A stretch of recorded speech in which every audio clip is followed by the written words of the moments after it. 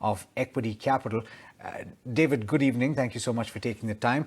I'm looking at the 10-year bond yield, and it seems to have cooled off to about 2.74. Is that something that was anticipated? Is that something you're watching closely? Do you expect it to cool off further? And where do you see equities right now? It is something I'm paying close attention to. What I wrote on my afternoon note yesterday was that in a strange kind of twist of fate, we saw the yield on the US 10-year government bonds tick down to 2.73%. It's its lowest level since the last week of April.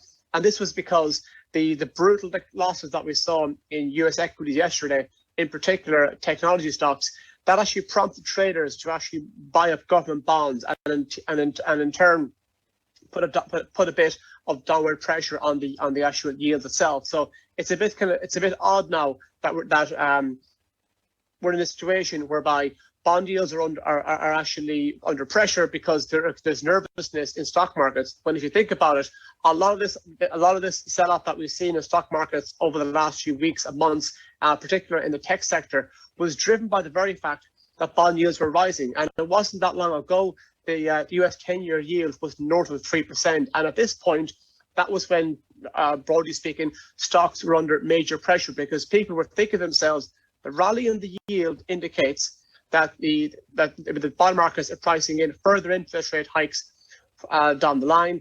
An increased bond yield essentially is a predictor for higher borrowing costs, which would obviously impact many companies across the board, but especially tech companies because they have relatively high levels of debt. So that's kind of precipitated the sell-off that we've seen in tech stocks in recent weeks and months.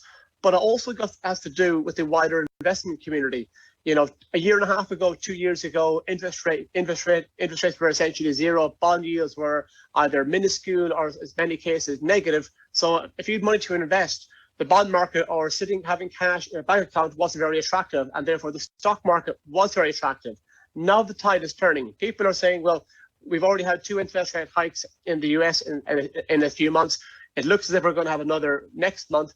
Why have all my money tied up in equities, which are considered to be higher risk, when it could have money either in government bonds or perhaps cash in bank accounts? Absolutely. I think that covers the current status quo quite nicely. Thank you so much for taking the time.